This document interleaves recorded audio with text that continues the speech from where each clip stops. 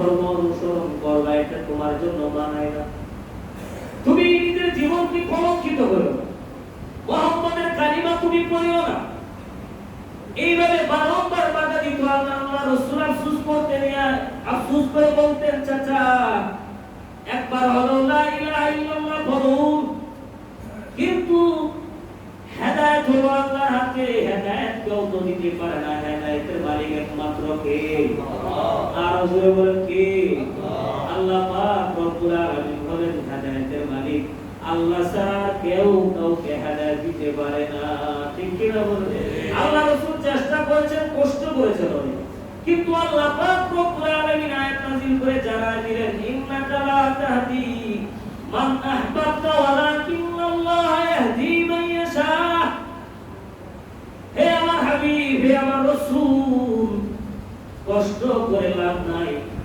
আমি যাকে হেদায়েত দেই সেই হেদায়েত প্রাপ্ত হয়, আর আমি যাকে হেদায়েত দেই না, সারাদিন চেষ্টা করো হেদায়েত প্রাপ্ত হবে না, ঠিক কি না বলেন?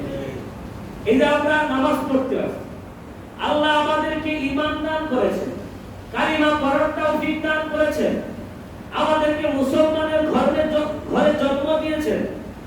এজন্য সবাই শুকর আদায় করি আলহামদুলিল্লাহ।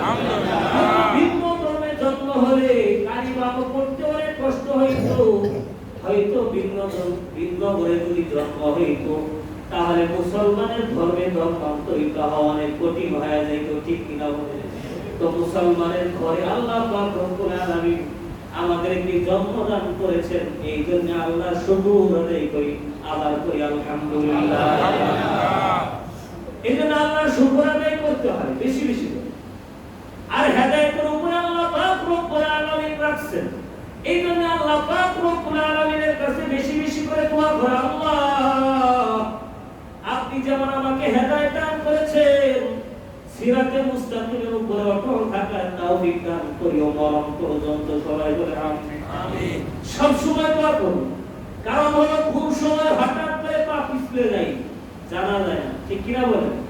কোন সময় হেদায়েত থেকে কোন গুনাহের কারণে আল্লাহ পাক রব্বুল আলামিন আমাদের কপাল থেকে হেদায়েত ছিঁড়ে নেবেন আমরা জানি না।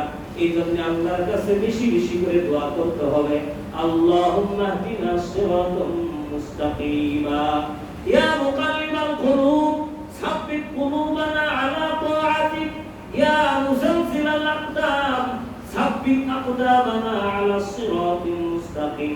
আর আল্লাহর রাসূল হেদায়েতের জন্য দোয়া শিখিয়েছেন, আল্লাহুম্মা ইন্না নাসআলুকাল হুদা ওয়াত তুকা ওয়াল আফাফা ওয়াল গিনা। এই দোয়াগুলো বেশি বেশি করে পড়া, যাতে করে আল্লাহ পাক রব্বুল আলামিন যেমন হেদায়েতের উপরে এনেছেন, মরণ পর্যন্ত তিনি যেন আমাদের সবাইকে এনে হেদায়েতের উপরে রাখেন। সবাই বলেন আমিন। প্রিয় ভাইরা আমার, তো আল্লাহ রাসূলের দাদা মারা গেল, তো বিশ্বনবীর চাচা আবু তালেবের কাছে বড় হতে লাগলো। সময় যেহেতু শেষ, ইনশাআল্লাহ সময় হলে আগামী সপ্তাহে আলোচনা করব। আল্লাহ পাক রব্বুল আলামিন বিশ্বনবীর জীবনী থেকে শিক্ষা গ্রহণ করার তৌফিক দান করুন। আমিন। ওয়া আখির দাওয়ানা আলহামদুলিল্লাহ।